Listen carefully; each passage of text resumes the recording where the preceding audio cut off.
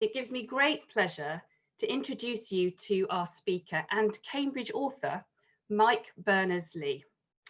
Mike thinks, writes, researches and consults on sustainability and responses to the challenges of the 21st century. He is the founder of Small World Consulting, an associate company of Lancaster University, which works with organisations from small businesses to the biggest tech giants. SWC is a leader in the field of carbon metrics, targets and actions. So without further ado, over to you, Mike. Well, thank you, Charlotte, and thank you everybody for being here. It's great to have this opportunity to talk to teachers because you have such an important role in all this. Just let me share my screen a second, which was all set up nicely. Okay, great. So this talk is going to be called "There's No Planet B: What Can Teachers Do?" And the reason it's called "There's No Planet B" is because I wrote a book about what's really going on in the world. What is it that's going on that's climate change is actually just one symptom of that we need to respond to.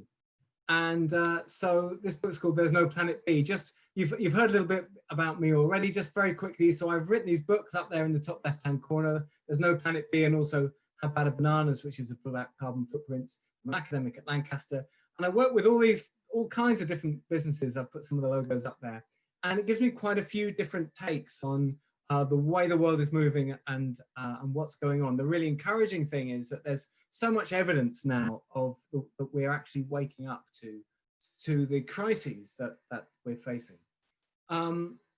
So let's have a look at the big picture of what is actually going on in the world right now. And to do that, I just want to show this graph of global energy use. And this is a graph just since 1850. It's been going up and up and up. But humans have been growing their energy supply now for millennia. And over the last 50 years, it's been going up for about 2.4% per year, which is like a factor of 10 every century or so. And that energy allows us to do all sorts of great things. But it's also true to say that with that energy supply, and through our use of that energy supply, we influence the planet that we're living on. And as that energy supply goes up, so our influence over the planet goes up. And that didn't matter for millennia, but eventually we got to the point where the world stopped being this robust playground of a planet that we could do whatever we wanted on, and started to become more like a fragile China shop of a planet. And really recently that happened. And 100 years ago, we couldn't smash the whole world up even if we tried, and we did try quite hard. 50 years ago or sometime around there, we were at the point where it was really clear that if we did something really stupid, we could make the whole world hostile for anyone to live on. But now we've reached a point where we don't have to be particularly stupid. We just have to not be careful enough, and the world will fall apart because of the way that we influence it through this mixture of accident and design. And it's taken us into this new era, this totally new context for humans to be operating in. And some people, you have a big word for it and call it the Anthropocene. And I just use that word to mean the era in which we're the most powerful thing influencing the planet. And we've arrived in it, like it or not. And we've had a few decades of being in the Anthropocene, but still being able to get away with living as if we weren't, as if the world was still a robust place.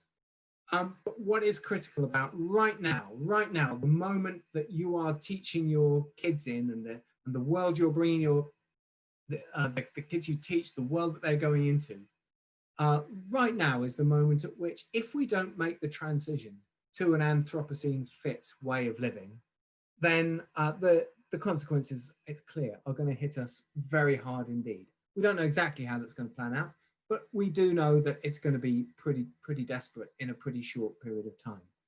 And the good news is that it also looks very likely that if we do make the big systemic changes that are required, it's likely that we can live better than we've ever lived.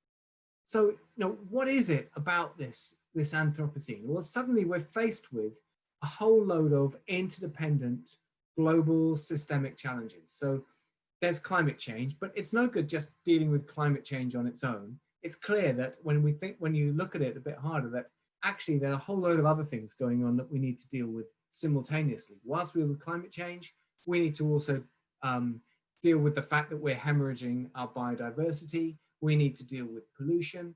We need to feed a rising population. We need to head off disease threats. We need to do all these things at once. So it's a kind of, it's a multidisciplinary challenge, and it doesn't work to think about just one element of it at a time.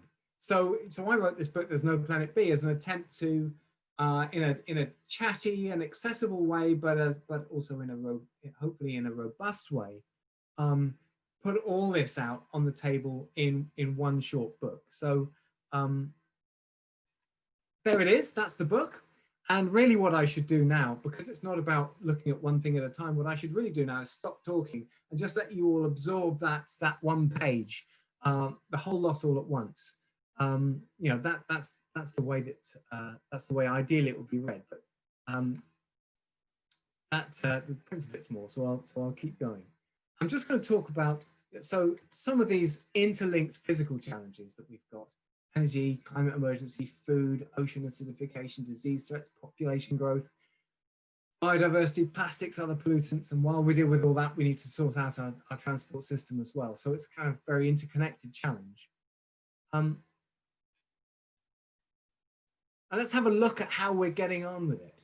So this is I know we hear a lot about the climate emergency, but I just want to say one or two things about it. So this is a graph of global emissions from our energy use, you know, over the last few years.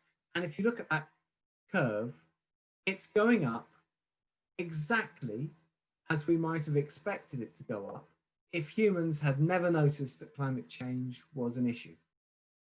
And I'm not saying that to be depressing. I'm saying that because understanding that tells us an awful lot about the kinds of things that aren't enough to solve the problem and what it might take to solve it. So this tells us that it's a big global challenge. It's no good just having piecemeal actions from odd companies or odd people or even odd countries. At the end of the day, it's going to take a big systemic response. And so the question for all of us as parts of this global system is, you know, what can we do that's honestly meaningful? And there turns out to be plenty, and especially for a teacher, there turns out to be absolutely plenty that you can do. And we'll come on to that in just a minute. I also just want to talk about the most fascinating part of the climate change phenomenon, which is the human reaction to it. I mean, the amazing psychology of the fact that all my adult life, the broad science on climate change, for example, has been clear cut. And we have carried on regardless. But I would say that the good news is that the evidence over the last couple of years, especially in some parts of the world, but, you know, beginning to be globally really, is that head that's in the sand there it really does look as though that head is trying to come out of the sand, and humans are trying to wake up in a way that I've worked on climate change for 15 years. You know, the last 2 years has seen absolutely far more wake up than there's ever been before. And, you know, if you were trying to pull that head out of the sand, it'd be the first millimeter that's the hardest one. And I think we may have had that millimeter, and it may be a very short period of time before, if we all pull hard, we can get that head out of the sand. Humankind will wake up to the challenge, and then suddenly we'll be solving it like never before. That's the good news. Before we all relax, I think it's really important that we understand this as an absolute race between tipping points. So on the right hand side of the collage there, you've got craters in Siberia, which are methane exploding out of the permafrost. Of course, methane's a powerful greenhouse gas itself. Those craters, some of them are 50 meters across. And of course, you know, the more the methane explodes out, the more greenhouse gases go up into the atmosphere, the more the world warms, and the more that triggers the possibility of even more methane coming out of the ground. So it's kind of it's one example of a positive feedback loop. And of course, the fires that we hear about increasingly all over the world they're another example of it. And there are other examples too. So, you know, if we're not being scared by some of the messages coming out of the science now, then we absolutely, you know, something's not right. And we absolutely should be. But on the other hand, on the left-hand side, we've got the evidence that, you know, humans really do want to wake up.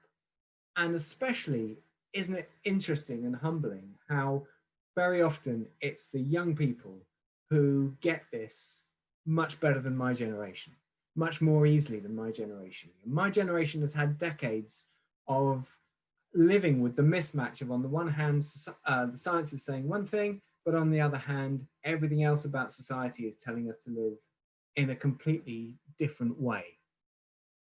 And, you know, for us, that's been pretty confusing, but the kids come at this with fresh eyes, and they're just much better very often at saying, you know what, hang on a sec, wait, is the emperor actually wearing any clothes at the moment? He's not, is he? And, you know, I think that is something that we should be encouraging our kids to do that kind of thinking, and we should be going with them when they do so. But there's a colossal, it's you know, there's a colossal responsibility on us as the generation above and the older generation to help them to think in the ways that will enable them to deal with a crisis that so far we've not been adequate at solving. So, you know, the good news on all the stuff in green that I showed there just now is that we more or less have the technical solutions to deal with it. But the interesting question behind that is, what would it take for us to be solving these technically solvable challenges? And that takes us into questions of, first of all, growth. You know, what kinds of things is it still okay for humans to keep growing? We can't grow our carbon emissions anymore. We can't expand our activities on the world because it's already full, broadly speaking.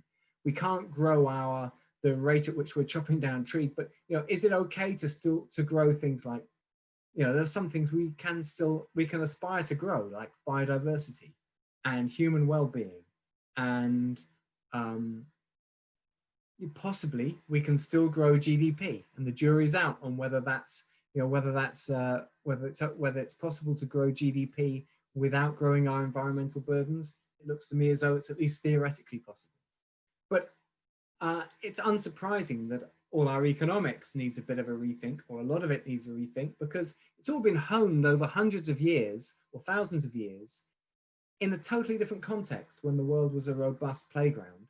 And now it's unsurprising that we have to ask afresh which bits are still fit for purpose here in the Anthropocene. And that takes us into questions of metrics. It takes us into questions of inequality, because, like it or not, if you want to deal with something like climate change, you know, we are all 7.7 billion of us in this boat together. And, you know, in order to, at the end of the day, in order to come to the deals and understandings and arrangements that we need to look after this fragile planet, we're going to need to have a level of mutual respect that probably entails dealing with inequality within and between countries.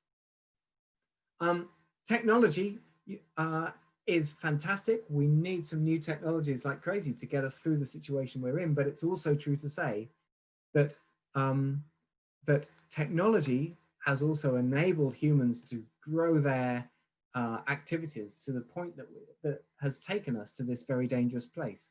So somehow we need to renegotiate our relationship with technology and be better at selecting which ones we run with and which ones we leave on the shelf.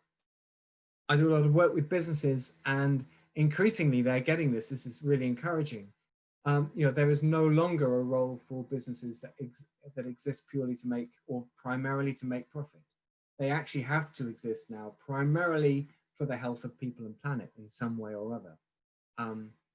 If that's not the case, they'll end up doing damage. So there's a whole big rethink going on about what it takes these days to be a responsible business. And that is the world that our kids are going to be going into. That's the workplace that our kids are going to be going into. Related to that, huge questions about investment that I also work a lot with. And I smile.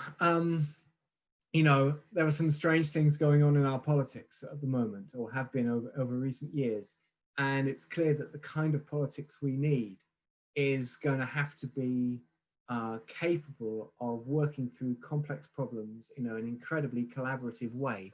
So one of the questions to ask is, how can we bring kids up that they can be part of political processes that deliver the kinds of global management that we really required? I've left us, all this stuff is of course in There's No Planet B, but I've left a space in the middle here which for the crux of that book.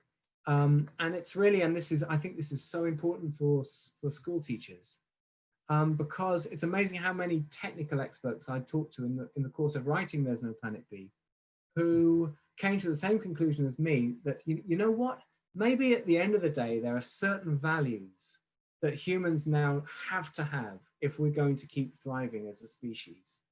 And without those values, maybe we've had it, and with them, we'll be okay. And the good news is, the really good news is that it turns out that it's possible to cultivate these values through deliberate effort. So the center of my book is all about values and thinking skills for the 21st century. I'm just going to whiz through a few of the little bits in the book, just by way of extracts, really.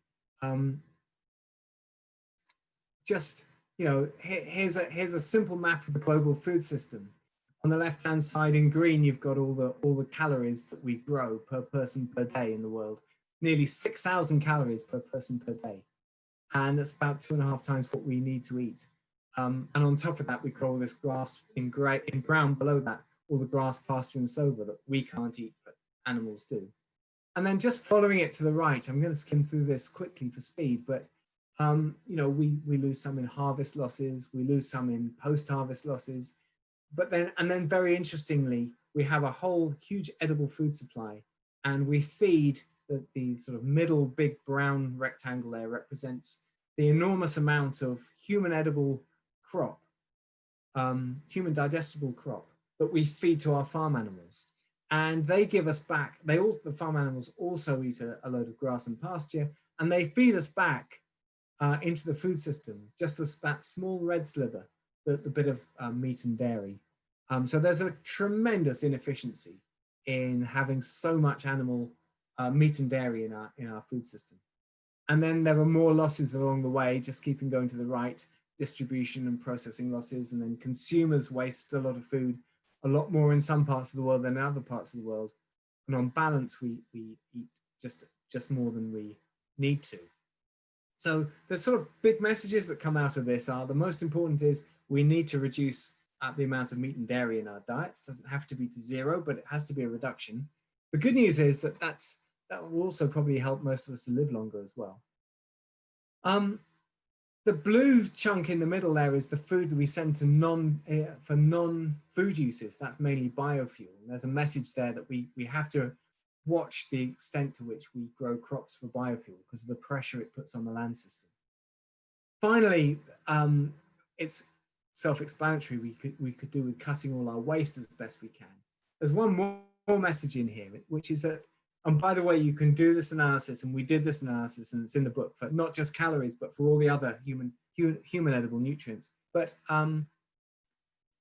there is fundamentally enough nutrition to go around to feed not just the current global population, but also the projected population for 2050, even with just existing farm practices. And so that takes me back into the inequality question, which is, somehow we just need to get better at asking ourselves, do we care enough about making sure that everybody in the world has access to a healthy food supply? For me, there's a huge educational element to that in the values that we instill in our kids. Just one food to illustrate the carbon intensity of 50 grams of protein from different sources. And you'll just see, I'm not going to talk about this in great detail, but at the top you see the huge carbon intensity of beef and lamb, and at the bottom you see the far lower carbon intensity of all the plant-based forms of protein. I hasten to add, I'm not a vegetarian or a vegan, but it's all about the proportions we need to eat. And then one quick slide on the just the good news. I said that we had the technology to broadly make the transition to a sustainable future. And this one slide sums it up. That black dot is to scale, and it represents the area of solar panels we would need to transition the whole of humanity's entire energy supply to renewable energy. Just 228 miles by 228 miles. And, it turns out to be, it's a doable exercise. There's a lot of more complexity in the detail, but it is a doable exercise. For speed, I'm going to whistle through. So when's a sea bass not a sea bass? It's just another question from a book, and I just bring it in to talk about the whole, to get into the whole kind of how do we deal with our sea angle. But I'm not going to answer the question now. You'll have to get the book if you're interested. Just because I'm conscious of time. The book's full of statistics. Here's another one just on plastics, that if all the world's discarded plastic was cling film, you could wrap the world up about 1.5 times in it. One of those depressing things about how humans, we invented technology, it turns out to be really useful, so we deploy it. We don't really understand the consequences. 50 years later, we look around and we see that we have no idea how to ever get that pollution back out of the atmosphere. Just wanted to talk a little bit about inequality. This isn't direct. I'm not trying to hammer Americans. We're nearly as bad in the UK, but interesting. And for me, it's an illustration of how. It's one more illustration of how the kind of sustainability challenge can find its way into every aspect of the school curriculum. So statistics and social geography and everything. But this is a graph of mean wealth, average wealth per person in different countries, and you can see the States looking really high, Iceland looking even higher, and the UK looking just a bit less than the United States and various different countries. But let's have a look at the median wealth, which is the wealth of somebody who's got as many people richer than them as poorer than them in a country, and see how that divvies up. And suddenly you see the United States looking one of the poorest countries on my graph. Incredible. And I think most people in my country think of the United States as being such a rich country. Actually, it turns out to be, for most people, one of the poorest places on my graph. And the UK has similar problems, but not to quite such an extent. And then, unpicking the question of, how do some of the strange things that go on in elections on both sides of the Atlantic happen? Maybe that's part of the answer. So I want to get to, the crunch point of some of the things in the book. I think, here in the Anthropocene, there are some ways of thinking that we need to get much, much better at. Responsibility on helping our kids to get good at these kinds of thinking. So big picture thinking, looking at the whole world from a multidisciplinary lens. Global empathy, so that we care about and get an emotional reaction when we hear about things that affect the lives of people on the other side of the world who come from different cultures to us. We need to get better at thinking further into the future. We need to get better at appreciating small and local things that are going on in the present, so that we don't have to get on an aeroplane or make something bigger in order to feel that our lives are fulfilling. We need to get much better at self-reflection and understanding why we're having the reactions that we're having, why we are listening to some people and not other people, why we're reacting positively to some politicians and not other politicians, so that we can be better at making more conscious choices about things like who to vote for, in a way that is better at delivering solutions that are actually going to work for everybody. And related to that, critical thinking, better at understanding who's telling the truth, who's not telling the truth. What's my basis for understanding whether someone's telling the truth or not? Better at kind of dealing with complexity and complicatedness, because that's rising all the time, and better at joining all this stuff up together. So, a huge opportunity in schools to get into this. And then finally, values that, and I think this is really the crunch in many ways. 3 values that humans can no longer live without. And here they are. The first is just very simple: respect for all people in the world, rich, poor, whatever their race, whatever their gender, whatever their anything. To treat all people in the world with equal inherent respect as human beings. Second is to extend that respect to all the other species. And the third is to respect truth and we've had real trouble with this on both sides of the Atlantic recently. But we just need to get better at respecting truth, however convenient or inconvenient, for its own sake, and pushing for, insisting on the truth. And alongside that, getting better at differentiating fact from fiction. So all this is, and just one final slide, just to emphasize, the transition to a sustainable world is an opportunity to live better, not worse. We could all draw a different collage on this, but let's just say we are trying to help our kids to have better lives, not worse ones. And then finally, very, very quickly, I just want to cover off what I think this means for teachers, because there's so much. So, the first is to teach our kids these Anthropocene fit thinking skills: big picture thinking, systems thinking, self-reflection, critical thinking, and global empathy would be the ones I'd pick out the most. Encourage Anthropocene fit values, and we can role model this. So, as best we can. So, especially truth and respect for all people and all wherever they are in the world. I really think that's something that can go on in schools. Other stuff that can go on in schools, integrating climate into the whole of the sustainability agenda and every part of the curriculum. There's room for this. This belongs not just in the science bit. It belongs in the English curriculum, in the economics. It belongs in art. It belongs in maths. It belongs in every bit of science. It belongs, everywhere you think of, this needs to be integrated in. Kids can be engaged in the process of the school getting the greening up process of the school. And I think if that's a really participative process in which the kids are asked what they think and to take actions and to maybe push the teachers along a bit in some cases, I think that's really important. And then the question of, as teachers, role modeling those values and behaviors and thinking skills as best we can. And I think what I would emphasize here is that we do not need to be, nobody needs to be perfect. Much better to model honestly, being honest about the difficulties of trying to do the right thing and the ways we stumble along the way, than to try and sort of either skate over it or blandly say that we're brilliant. Just one final quick plug for my books here, just because they do get used sometimes in schools, as either guided reading or short extracts. And the idea is to try and make the whole thing fun and chatty. And, the sustainability agenda, there couldn't be anything more interesting. It's packed full of quirky maths and stats and stories and interesting things to debate. And, it just, it couldn't be a more interesting agenda to bring into almost any part of the curriculum.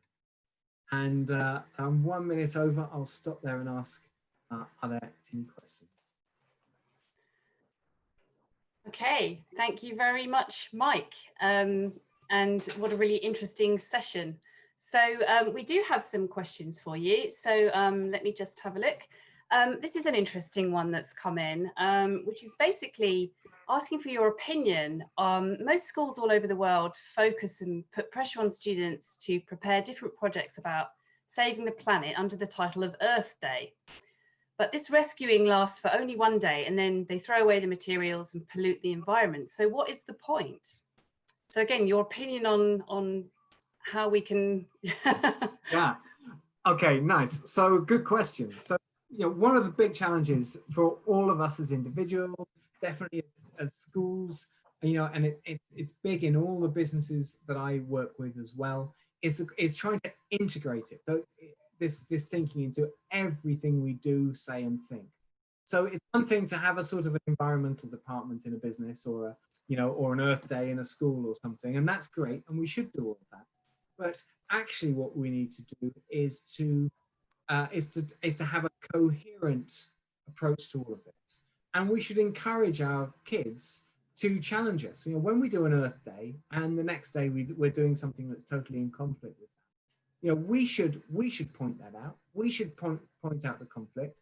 We should encourage our kids to point out the conflict, and then we should try and do something with it. So that business of being coherent is such a big and important challenge. Okay, thanks, Mike. Another question we have here is from Maria. What is the source of the 8 new thinking skills? I think you showed that on one of your slides, Mike. Yeah, okay. Well, it's the source. There is no definitive truth about that. Those are the definitive set of thinking skills. But it came out of a lot of my thinking. It came out in the course of writing There's No Planet B. I talked to a lot of different people from a lot of different disciplines, and I just agonized, a lot over it. So, it's my distillation from There's No Planet B, and it results from an awful lot of conversations with an awful lot of people. Okay, thank you. Got some questions flowing in now. So from Patricia, is sustainability just a concept, or is it really possible to apply in this world? It is really possible to apply in this world. It's very difficult for an individual or a school to be sustainable in a world that's not sustainable. Humanity we're not a sustainable system at the moment. So actually what we can do is we can be, the question to ask is, how can I help to create the conditions under which the big system change that we need to see can become possible? And if you're doing that, if you're a force for that change, then I suppose you could define that as pushing for sustainability. But in a way, it's not possible for one person to be sustainable in a world that's not sustainable, because we're too joined up. Okay. I got an interesting question here from Andrea. What sort of materials or tools can teachers take a look at in order to make use of them in the virtual classroom, which is a situation many teachers find themselves in at the moment, I understand? Yeah, that's interesting. There's certainly lots of online carbon calculators. And you don't have to, I'm not sure I can reel off there's one on the Small World Consulting website, a very simple one for individuals. That might be a start point. But there are lots of others around. WWF does a good one as well. So that would be one start point. There are lots of good talks on climate, and lots of really sparky people doing talks about what's going on, but also how to respond to it, how life can be better as we get on top of this. Difficult for me to, I could always say, have a look at some of my talks. I mean, I don't know. I think there is lots of good online material out there. Yeah, that's the best answer I can do off the top of my head. Okay, thanks, Mike. Question here from Luca. How can we influence people close to us to change their non-eco-friendly habits, or at least make them open their eyes in a non-invasive way? I think that's such a good question, because I think that's one of the most, we all have a responsibility to try and exert influence everywhere we can, on our politicians, on the kids we teach, on the school we work in, on the wherever. But in friends, families, and loved ones. And, I think that is the most challenging, possibly the most challenging thing of all. And because we don't necessarily, team up with our spouses because of their environmental credentials. So, we are where we are with it. And none of us are squeaky clean. And I certainly wouldn't try and say that, my life, we're all only human. And so I just think we've got to find a way of, trying to move it on in a way that doesn't alienate anybody. And that is a challenge. It's a diplomacy thing. Great, okay. Another question here, this one's anonymous. Any ideas, Mike, on reducing plastic usage? I feel like it's getting inevitable day by day. Yeah, it's one of those depressing things, isn't it? Plastic, I mentioned this earlier, plastic's so useful that we've ended up using it. And the next thing we know, it's in every corner of our lives, and we almost don't know how not to use it. However, it is possible. So one of the things that, it's possible certainly to reduce, and I'm working with a brewery that's knocking plastic out of everything it's doing, an ice cream manufacturer that's knocking it out of its packaging, and the no plastic world is getting closer. But I think there's something about every time we buy anything, there's a job we can do that says, okay, what lies behind this product? How was it made? What are the environmental impacts? And that's a routine that collectively most of us have got out of over the last few decades. And it's something we really need to tune into. And it relates to, the packaging on our food, but also the furniture we buy. Anytime you go to the shops, do you need to buy this thing? Can it be made to last? Am I going to get it repaired? Can I buy secondhand? Can we just circularize everything? That's the closest we can get for now. Okay, I think we've got time for just one more. This is quite a meaty one, so I saved it till last. This is from Emma, who I think came to one of your talks earlier in the year. She said she did. And she said, one of the takeaways from a talk of yours I went to earlier in the year was to learn to appreciate where you are and enjoy your environment. Communities need to develop more green spaces for everyone. Due to the pandemic, there has been a decrease in travel abroad, and there are positive environmental effects. Do you think this can be maintained when things return to normal, whatever normal is? Well, this pandemic's been interesting, hasn't it? It's been, for better or worse, we've had to change a lot of behaviors. And the good side of that is that it proves that behavior change is possible. And, to try and get life as normal back again would be the most depressing and unimaginative way of coming out of the virus. So, it has to be an opportunity, at the very least, to be more selective about the things we do that have an impact, and the things that we do that,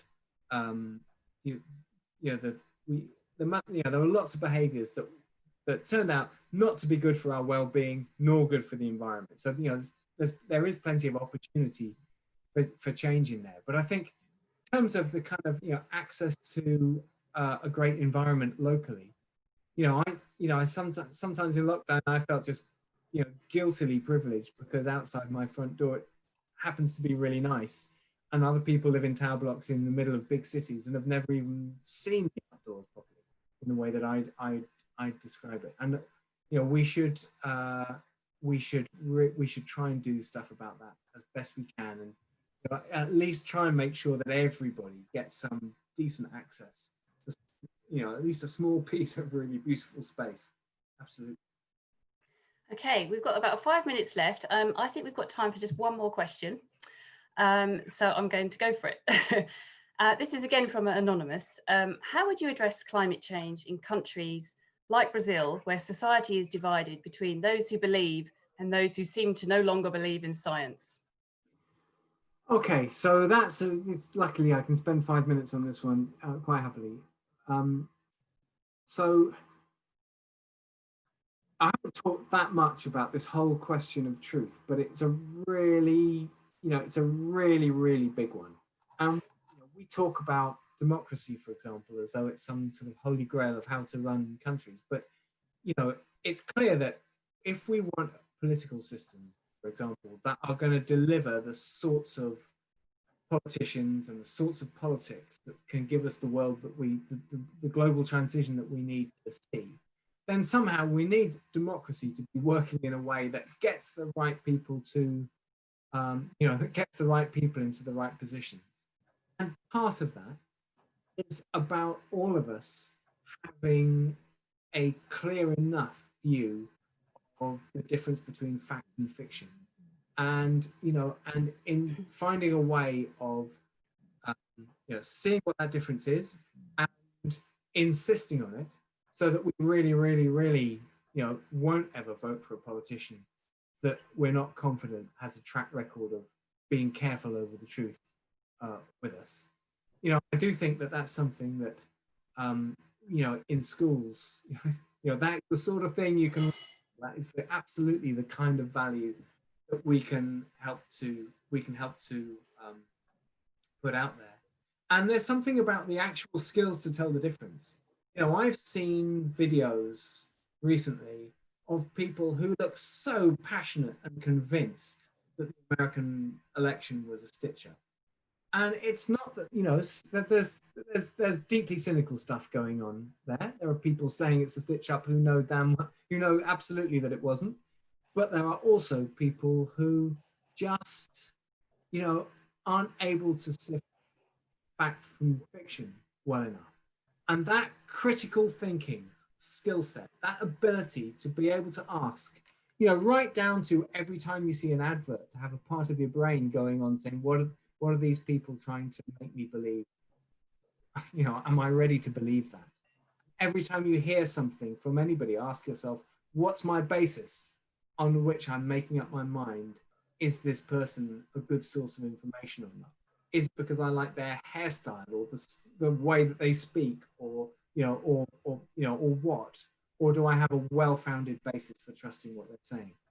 And I think closely linked into all this, to enable us to all to care more about the truth, I think it relates to questions of respect and inequality, because I think some of the sort